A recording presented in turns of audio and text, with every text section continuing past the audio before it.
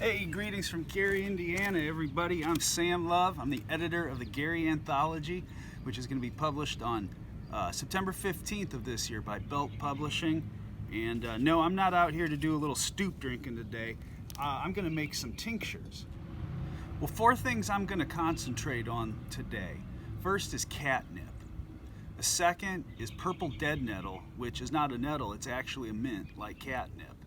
The third is wild violet, which I think is just a great name. Sounds like a friend I would have had back in the day, or even today. And the fourth is called cleavers or bedstraw, and I got this stuff growing all over my yard. Now, a couple of disclaimers before we get started. First of all, you should know the land you're collecting from. This is a property that we've lived at for 5 years. We've never treated it or used any type of toxins or chemicals. And we know that the people who lived here before us, who lived here about 17 years, I think, they were organic farmers. In fact, one of the reasons why we bought this house was because it had raised beds and that kind of green infrastructure already in place. So they're not using any types of lawn treatments or roundups or anything like that. Yeah, I think the other thing is, and what I'm going to do today is I'm going to leave most of it in the ground for the insects. A lot of the mints that I'm collecting, especially the dead nettle, and then we'll also see creeping Charlie and henbit. Those are some really early bloomers, and for the insects that come out first, and other birds and other critters, these are vital food sources. So we're sitting here, I call this high spring. We're well past the halfway point in spring. There's all kinds of other life starting to come out. There's plenty to eat for the critters, so I'm going to help myself to what's growing around where I live. And I'm still going to leave quite a bit for the critters, though. Well, I think that's it. Let's get to it.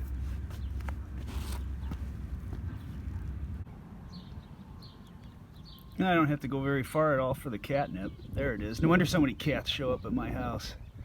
I had a plant last year grow to about 6 feet. So I'm going to collect most of this. I'm going to leave most of it out to dry, although I will make a tincture. I might make an oil as well. It's pretty fragrant. And of course I'm going to give some to my cats. So this is a bit of last year's growth with some of this year's, and look at the root on that sucker. Woo! Yeah, won't be getting rid of this stuff anytime soon.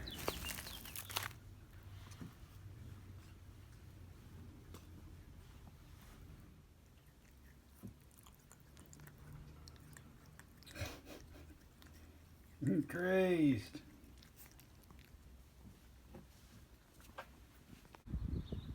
Oh man, windy day, birds are singing. It's really nice out here.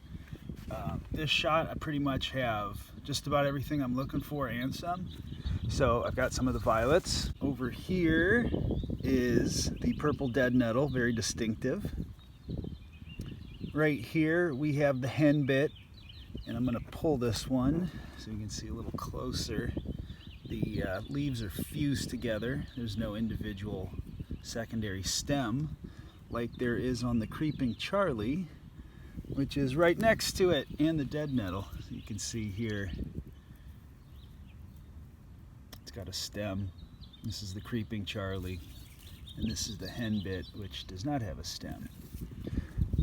And then the dead nettle, the leaf looks totally different, the color is different. Again, it's got that kind of heart-shaped leaf, and then the stem. So all growing together, how cool.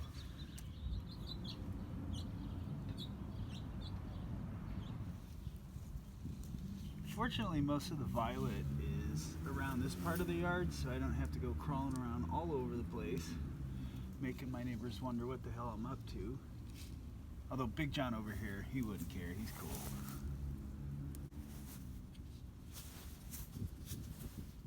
Not a bad little haul. These things are going to keep coming back for a while, so I think I got enough to make a little tincture, get that started.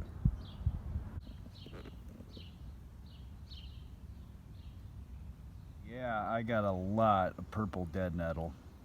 That's supposed to be my garden bed right there, if you can believe that. I got this stuff popping up pretty much everywhere in my yard now, but it's become really concentrated in this garden bed over the winter. Nice little ground cover, real easy to come up, cool color on it, and yeah, interesting fragrance. Well, let me get to this.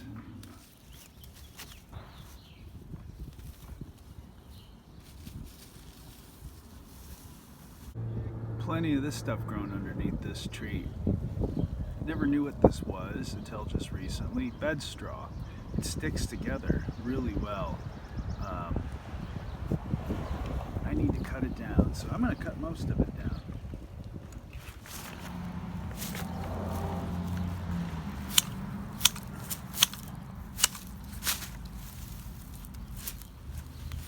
Look how well it clumps together.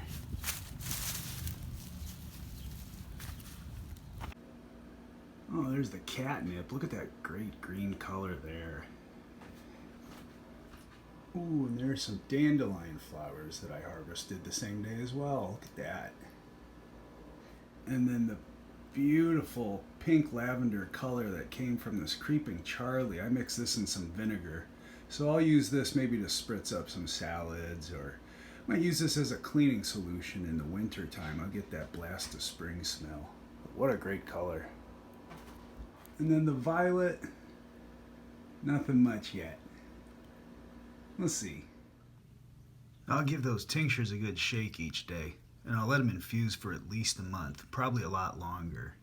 After that, I'm going to funnel them into these CBD bottles that have a little bit of residue left, so that'll be good for what ails me.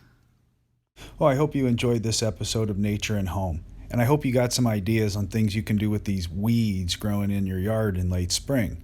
Until the next time, check me out on Twitter at Gary Area. You can find me on Instagram at Samuel A. Love, and you can find me on Facebook at SamLove219. Until the next time, you take care. Bye.